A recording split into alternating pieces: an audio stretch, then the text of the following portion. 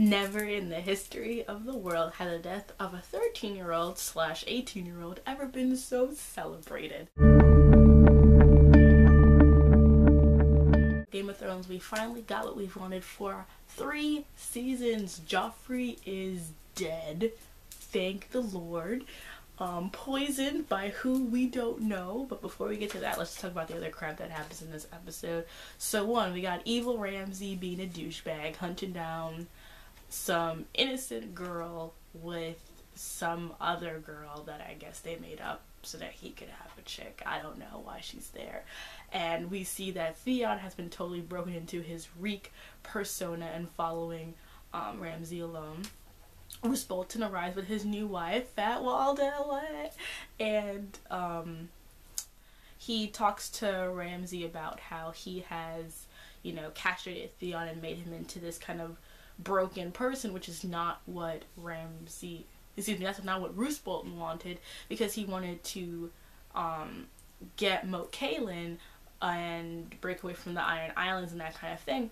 And Ramsay says about how, like, he sent the treaty out and they didn't say anything. Roose is like, you are a Snow, not a Bolton, you can't do that, which of course Ramsay doesn't like, and he proves that he's done a good job of breaking it Reek by making Reek give him a close shave, as he tells Reek about, as he asks Reek about what happened to Bran and Rickon, and as he also tells Reek that Robb Stark is dead and that Roose is the one who helped kill him. And despite you see the tension in Theon's face, which I gotta say, Alfie, despite what anyone says about you, you can act your ass off, boy. So he does a really great scene and he completely shaves Ramsay's face. And then Roose is kind of impressed by this and says, like, if you can take Moat Cailin and get it for the family, maybe we won't make you a total bastard. In them stuff. I will say that even though this scenes probably happen all the time and trying to show the whole, like, even though you're a dickhead, I'm gonna shave you and not nick you, it reminded me of this scene from Django Unchained, because remember when Leonardo DiCaprio was talking about how, like, this how one of the slaves shaved his father's neck every day, the clover wizard, but never nicked him. It's just a really poignant scene because it so much shows how even though you have a little bit of power, it's not real power, so you don't jump the gun. Alright, moving on. Then we go to Bran. He at first has walked into Summer and is eating, but he is reminded that this is not real food, so you gotta eat for real. Then he sees a heart tree and touches it, and he gets visions of his father and of this other tree, and he hears a voice telling him to go to the north, and so he tells everyone, hey, we're going to find this tree. So that's that. I really feel bad for people who love Bran because his story, even though it's so rich in mythology, gets so chopped up because sometimes it doesn't always translate well, but they don't seem to try sometimes. I wish I would spend more time on Bran because he is a loved character. And then we get to touch on Dragonstone, Stannis. I love Stannis, I can't help it. Even though this episode does him no favors because you see him burning several men, including Selyse's brother, you know, for their character assassination on this part. I do know that George R. R. Martin did write this episode, but he also has to write them within the context that they've been written for the show. So I don't necessarily agree with how Selyse is written, because in the most recent book, A Dance with Dragons, you see her being concerned about Selyse and showing that she does care about her daughter. So I don't necessarily agree with this whole, like, she needs to be punished and raped and whatever, that, you know, I just don't see that. But you do see Stannis talking with Melisandre and everyone about the Lord of Light, and then Selyse asks Melisandre to go talk to Shireen because Stannis won't allow her to be beaten because she's being, you know, sinful according to Selyse. And Melisandre and Shireen has this tete-a-tete where Shireen's like, men, like, when she's like, they were in pain, they cried out, and Melisandre's like, well, women scream during birth, and then after some they're happy, and Shireen's like, yeah, they ain't dead though, girl, stop tripping. And then they talk about, she says it has only 2 gods, the god of light and joy and the one of darkness and destruction, always at odds, blah blah blah blah. And she's like, there's not 7 hells and 7 heavens, and she's like, there's only one hell, the hell we live in now, which is probably the most poignant line that she has gotten right now. And then we hop and skip over to King's Landing, where all the fun stuff is happening. We get Jaime feeling insecure about his hands, so he has to go do some little buddy sword play with Bronn, who will keep it quiet because he go into his fuck spot. Tyrion gets told by Varys that they know about Shae, so he has to do this whole scene where he has to like basically tell Shae that she's a whore, not fit to raise his children, to bear his children, and that he has to send her away. And she cries, and it's sad. And I know I should sound more emotional about it, but I think it's well acted. There's the thing about all of Tyrion and Shae scenes, that they're well acted, and I love the actress who plays Shae. I enjoyed to some degree the change they made to Shae, except that I feel like it warps a foundational part of both of their characters that I will talk about at a later time. It's not really important right now because we haven't seen how their storyline will finish playing out, but I do think that the scene was well acted and to a degree sad, but I had no emotional resonance with it because I just kind of found it to be kind of like, here we go. And then Lady Olenna and Tywin are going back and forth. In a sick way, I wish those two would have sex because they have really good romantic tension. They do. They just kind of fit well together in this way. So they had a little back and forth, and that was entertaining. Then the wedding happens, of course, and like, Natalie Dormer, let me tell you, Natalie Dormer is a goddess. She's beautiful, she is stunning, but that her just did her no favors at all. It was the worst. It was really bad hair, girl. But, you know, her dress was lovely. You know, Joffrey got to be the arrogant little bag he is, and then people start giving their gifts to Joffrey and Marjorie, and Tyrion gives Joffrey a book that has basically the just lessons that every king should learn. And in the beginning, Joffrey's like kind of calm and like, thank you, uncle, you know, wisdom is important. And then Tywin brings up his sword, brings the sword that he made for Joffrey in the last episode, the second one, which is named Widow's Wailer. And Joffrey proceeds just to cut up the book, which, you know, the bibliophile in me was just kind of like, you dickhead. And can I just say that I loved how done Varys was with everybody. Varys was just kind of like, fuck this place, fuck these people, fuck everything. And it was glorious. Varys is one of my favorite characters, so that was great. We get basically all these little scenes. There's a part where Brienne goes to say congratulations to Joffrey and Marjorie, and Joffrey brings up, oh, I heard you slayed Renly, and Marjorie's like, no, that wasn't her, and then proceeds to make comments about Renly being a deviant, because that must be brought up every time that Renly is brought up in the show. And Marjorie wishes Brienne the best, and then Brienne leaves to get accosted by Cersei, who's like, I know you love my brother, and just because we having hard times right now doesn't mean you can step in and touch what is mine, okay? Twinsies, no outsiders.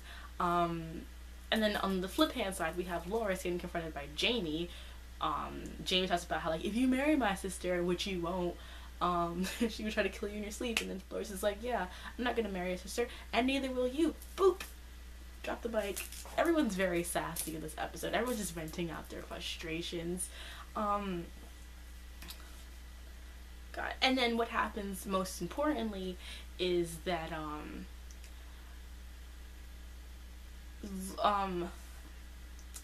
what Joffrey proceeds to do is bring out all of these little people to perform the War of Five Kings in front of everyone. And of course this is a huge fuck up because, you know, not just their stance, but there's also Renly, and they have a Loras, basically a naked Loras pantsless on top of Renly, which, you know, Loras is fucking your wife's, not fucking your wife, but Loras is your wife's brother, you dickhead. Like, why would that be a good thing? And she was fucking married to Renly. Like, this is just how Joffrey has no fucking tact. And like usual, no one has any time for this. But I think the most painful part is just having to watch Sansa reenact the beheading of her brother. And even though I was like with puppets, and you see Joffrey just laughing his ass off, and everyone except, you know, Cersei has her little smug look. But like Marjorie looks like fucking disgusted. Olenna looks disgusted. Tyrion's pissed off. Varys has been done for 20 minutes. And Sansa, her face is so fucking like broken, but she holds it in, which I think is the strength of Sansa. This is what I would show people. Like, yes, you may get pissed because she isn't active like you want, but even in the face of having this painful thing being brought in front of her, she's keeping it together. She's not breaking down the way that people want her to, because that's like, well, they want to fucking destroy her, and she's trying her best not to be broken in front of them, and that is strength. And I don't care what anyone says, that takes as much guts as any fucking thing does. And after it's over, you know,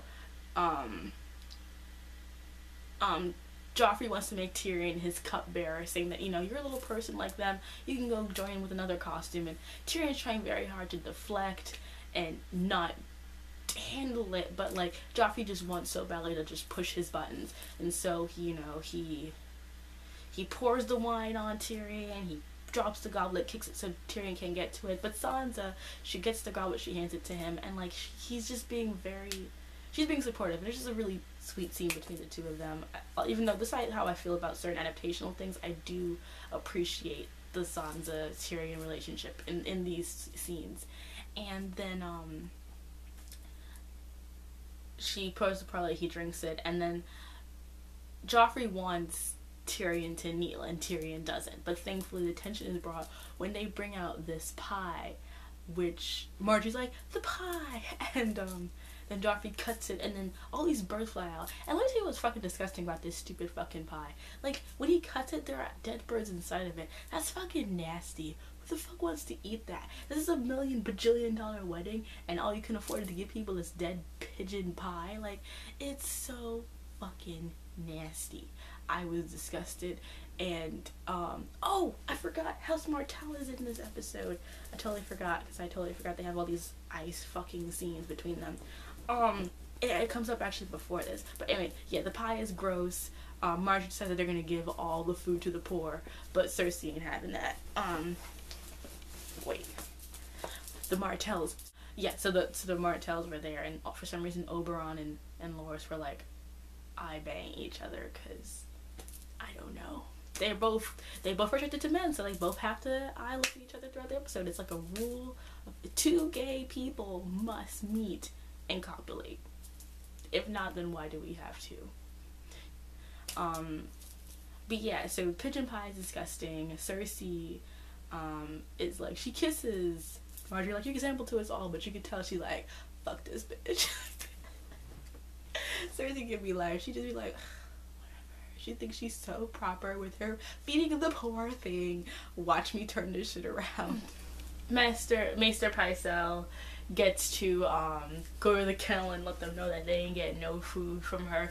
Oh, and then the other scene where my house was in it was when Ellaria, I said it right this time, thank you to the person who corrected me, Ellaria and Oberyn meet with Tywin and Cersei, and Oberyn keeps calling Cersei the former Queen Regent, and Ellaria brings up that she's a Sand and that she's not a bastard, and that, you know, they just keep making it sound like Dorne's better than you, and you better watch your back, because unlike you raper and murderers, your daughter's now in our protection, and thankfully for you, we don't believe in rape and murder like you bastards. And it's all very sassy and whatnot. And then the most important part is when you have Lady Olenna go over and talking to Sansa about, you know, who kills someone at a wedding. Tut tut tut. And then to speed things up, because this stuff is just details, Sansa and Tyrion want to get ready to leave, but Joffrey's like, nah, you still my cupbearer, uncle. You're perfect just the way you are. You know, it's Jack Gleeson deserves a fucking Emmy nomination. Like, the fact that he hasn't been nominated for playing Joffrey is travesty, because the thing about it too is it's like, you can play evil and be terrible at it, but he is amazing at being horrible. He has a gift. And the fact that he's retired from acting is tragic, but the fact that he learned how to be this evil from watching Joaquin Phoenix from Gladiator makes my heart just sore, because first of all, I love Joaquin Phoenix and I love Gladiator, and that role was amazing. So he learned for the best. I wish the best for him. And so Tyrion pours a cup of wine for Joffrey, and he begins to cough, and then he begins to choke, and then the motherfucker turns into literal purple drink, because his face swells up and everyone says. The best part though is that Margie's standing there looking at Cersei and pushes that bitch out the way. She's like, bro, get out of my way. And then Jaime comes running, pushing people out the way. And like, no one, not a Kingsguard, came to help their king out. Like, y'all suck, man. This is your job to protect this dude. Y'all just standing there like, no one's attacking him. What are we supposed to do? Like, they didn't even try. And of course, you know, Pycelle, even though he's useless, he's the only doctor there. He's in the kettle because Cersei thought he was annoying. And you just see Joffrey swell up and Cersei is crying. I will say that Lena did kind of drop the ball on the Cersei cry, because the tears just were not coming. But maybe they had filmed that scene more than once, so it just didn't come out properly. But like at the end where she was like talking about, get him, I was like, ooh, Tyrion, you in trouble. I mean, like, even though I get why they're gonna it's Tyrion, it also makes no logical sense that it would be Tyrion, but that's another story for another day. But also, we see Sir Dantos from last episode, and thank you again for people who corrected me about Dantos. That's why this episode I'm not talking about stuff that I just don't remember, that I'm assuming. He tells Sansa, if you want to leave, let's leave. So, she out. And we end with Tyrion being basically accused and grabbed for the death of Joffrey Baratheon. And we are all thankful that he is gone. But we'll miss it, because I feel like as terrible as Ramsay Snow is, the actor who played Joffrey was just so amazing at being that evil and being that character. That's irreplaceable, you know. So overall, I like this episode. I think that it had a good build up towards the purple wedding, and I also liked that it set up a lot of really important things and had a bunch of beats for certain characters, and I am really excited to see how the rest of the season goes, because I think that this part of the books is like the best part. So I can't wait for next week.